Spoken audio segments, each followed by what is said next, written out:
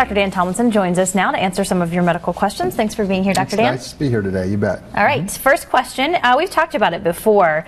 Is it okay to have a C-section on a second baby, even though the first delivery was successful and maybe a little tough the first time?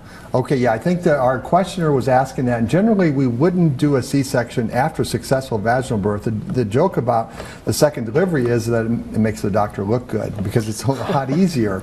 So that bad time that the patient had the first time probably won't be repeated nearly to the extent. Now there's a couple, this is a good question though, because there's a couple of examples or things where that would be the case.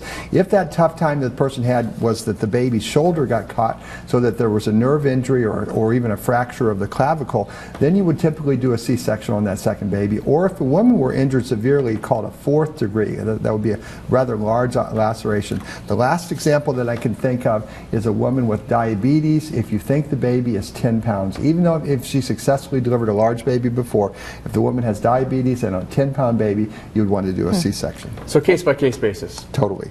All right, we have another question. Susan from Medford has been bothered periodically by pain, presumably from ovarian cysts. She's 40 years old and sometimes wonders if it would just be better to have her ovaries removed. Okay. What's your take on that? All right, well, I'm going to give you the American College of OBGYN take out there, folks, and that generally we don't want to remove ovaries that are hormone producing, that are making cysts, because studies are clear that women don't live as long after the change of life if they don't have their ovaries. So you kind of want that ovarian function to go on until menopause, and then even beyond there must be something going on because women do better. So now we're going to step back and say pain and cysts. Now most women in the waiting room will have cysts, and I'm really here to say that sometimes women I think are given a bill of goods that aren't true when it's said that their ovarian cysts are causing pain. More often than not, it might be something else, and it might be something intestinal that is called ovarian cysts. Irritable bowel syndrome, even constipation,